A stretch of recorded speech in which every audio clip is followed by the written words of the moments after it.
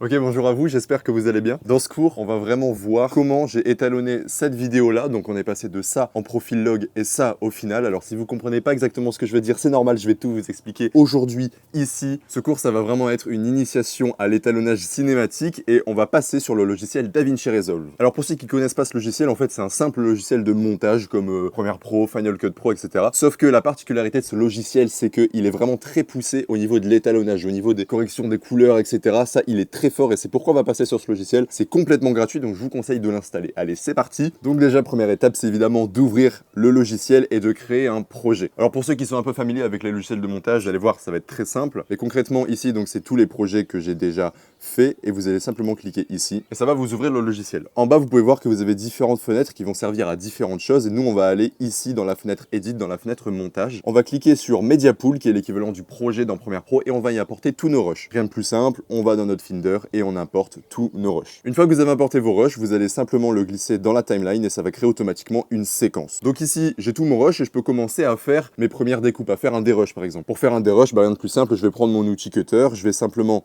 découper, je vais reprendre mon outil sélection et je vais supprimer les parties que je ne veux pas et ensuite je vais les raccorder en supprimant les espaces blancs et là j'ai mes rushs. Donc bon, ça va pas être le sujet principal de ce cours, nous on est vraiment focus sur l'étalonnage. Donc si vraiment vous désirez prendre en main plus en détail DaVinci Resolve, je vous conseille d'aller suivre des vidéos gratuites sur internet ou alors si vous voulez un cours dédié là-dessus, et dites-le moi et j'en ferai un pourquoi pas. Mais nous on va partir du principe que vous avez déjà votre rush et on va chercher simplement à l'étalonner. Donc voilà le rush que nous allons étalonner. C'est exactement le même que je vous ai montré en début de vidéo. Alors je vais vous expliquer juste après pourquoi l'image est très grise, très désaturée. C'est un profil qu'on appelle le profil log. Et on va faire des modifications colorimétriques pour arriver à ce résultat final. Et je vais vous montrer en fait étape par étape comment faire cette colorimétrie et vous allez voir c'est relativement simple une fois qu'on a tout compris. Alors pour commencer vous allez cliquez sur votre rush ou le sélectionnez et vous allez aller dans la fenêtre colorimétrie, la fenêtre des couleurs. Et vous avez quelque chose qui ressemble à ça à peu près. Donc ici vous avez votre prévisualisation, ici vous avez tous vos clips, ici vous avez tous les outils avec lesquels vous allez pouvoir modifier les couleurs et ici on a enfin